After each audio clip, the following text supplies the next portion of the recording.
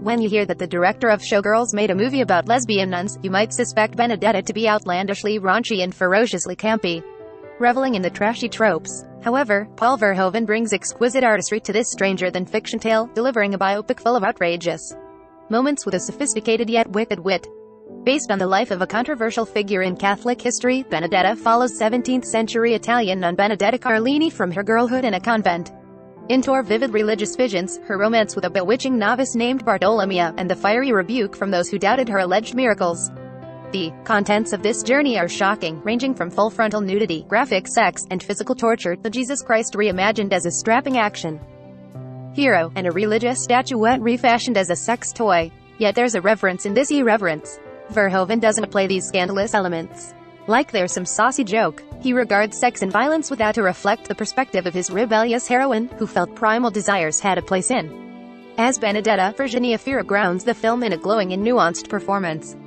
Her face slides smoothly from beatific to alertly aroused as unexpected. Excitement rushes at her, either in messages from her holy husband or her seductive sister.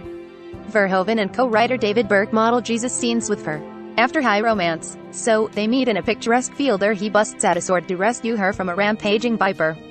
Bartolomea's wooing is far more earthly, including snort giggling, clumsy kisses, fart jokes, and an eagerness not only to please but to experiment.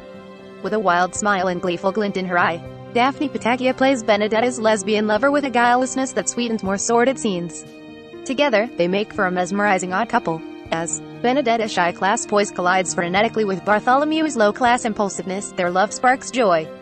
Benedetta is inarguably gorgeous, it's also unapologetically ugly and blasphemous.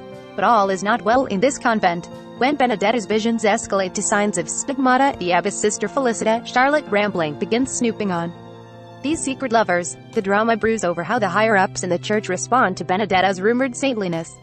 But Rambling's role becomes a source for unexpected comedy. Surely, Verhoeven must anticipate that his audience will chuckle at some of the sisters' sexcapades. However, those laughs are sparked by surprise, not comedic crafting. His humor is keenly honed to cut through the hypocrisy in Catholicism. In this, Rambling is his high priestess of satire. It begins in the first act when the abbess sits down with a young Benedetta's affluent father to discuss what he will pay to surrender her to the convent. The man practically balloons with faux pious pride as he enters, but he is quickly punctured by Felicita's stern haggling for a dowry. After all, shouldn't a father gladly pay more to marry his daughter to Christ than he would to wed her to some random mortal man? As shall snarl later, a convent is not a place of charity, child. You must pay to come here. If that doesn't amuse you, then Benedetta is not for you. A convent is not a place of charity, child. You must pay to come here. Verhoeven unblinkingly declares that the higher-ups in the church are hypocrites and scoundrels, who have the same lust and greed as the rest of us, but hide it under their pristine robes. He exhibits the nakedness of his heroine's beautiful bodies not solely to titillate, but also to remind us of the humans hidden beneath the modest attire, and more specifically of their natural desires. The villain's skin will be exposed to. However, in a period of plague, their internal ugliness will be revealed with a body-marring metaphor that is not for the faint of stomach.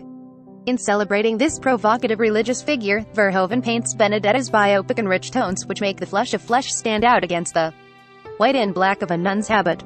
The performances are fearless, yet not preposterous. These are neither the heightened performances of Showgirls or Starship Troopers nor of the kind found in a long line of religious epics, where every line of dialogue is treated as a grand pronouncement. Verhoeven took pains to exhibit this larger-than-life woman and those who knew her as people, complicated and colorful. Yet there's still an opaqueness to Benedetta that asks, where is the line between faith and forgery? Is Benedetta a heretic, a con artist, a sinner, a saint, or could it be a combination of all of the above? Verhoeven will usher you into her world, rich with passion, devotion, and humanity, grimy yet glorious. However, he won't give you an easy out. In the end, Benedetta is inarguably gorgeous, a Renaissance painting brought to life with yearning and verve. It's also occasionally ugly and unapologetically profane. While God is divine, mankind is a mess. And this bold movie celebrates it all. Benedetta opens in theaters on December 3rd, then comes to on demand on December 21st.